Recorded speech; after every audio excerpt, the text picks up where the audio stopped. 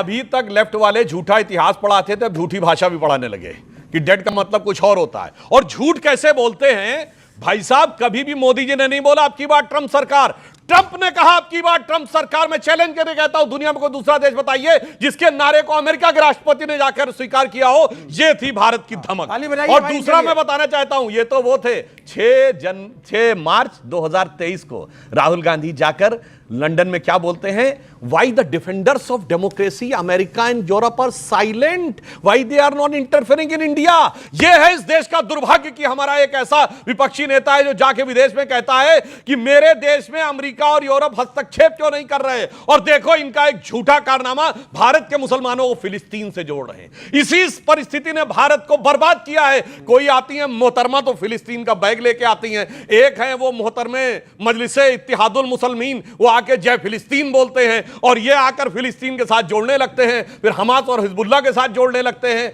इन परिस्थितियों ने देश को इस समस्याजनक परिस्थिति में पहुंचाया है। इसलिए मेरा मानना है आज के समय में जब भारत एक नए स्वरूप में आगे बढ़ रहा है, चिंता मत करिए। जो प्रधानमंत्री जी ने कहा था यही समय है, सही समय है। आज से 30 साल पहले जब WTO आया था तब भी यह माना जा रहा था कि अमेरिकन कंपनीज आके कब्जा कर लेंगी और भारत दब जाएगा, मगर भारत उसमें से शक्ति बन के उभरा। और आज मैं एक बात थोड़ा सा अलग हटके मगर इस सब्जेक्ट के संदर्भ में कहना चाहता हूं।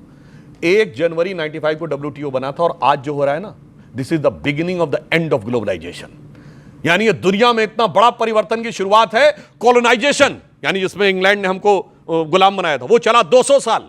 कम्युनिस्ट जिनके लिए ये हाथ पांव मोड़ के बहुत चिल्लाते रहते हैं, वो चला 75 साल से कम में। ग्लोबलाइजेशन खत्म हो रहा 30 साल। और रही बात रोजगार उसकी करें, बताओ आज महंगाई की दर कितनी है? बोलो बोलो बोलो बोलो बोलो बोलो। नहीं बोल पाएंगे क्योंकि 2.1 है। अब सुनिए दूसरा बात, अब सुनिए। और जहां तक पिछले मई का जो डाटा आया है उसमें 20 लाख नए लोग इंप्लॉय प्रोविडेंट फंड में उन्होंने अपना अकाउंट खुलाया है, यानी 20 लाख नए लोगों को रोजगार मिला है। इंप्लॉय प्रोविडेंट फंड सबसे सटीक आंकड़ा होता है जो अभी तक के पिछले 8-10 साल में भी भारत के इतिहास में कभी एक महीने में, इसीलिए झूठ बोलते हैं, आंकड़ों के ऊपर बात नहीं करते।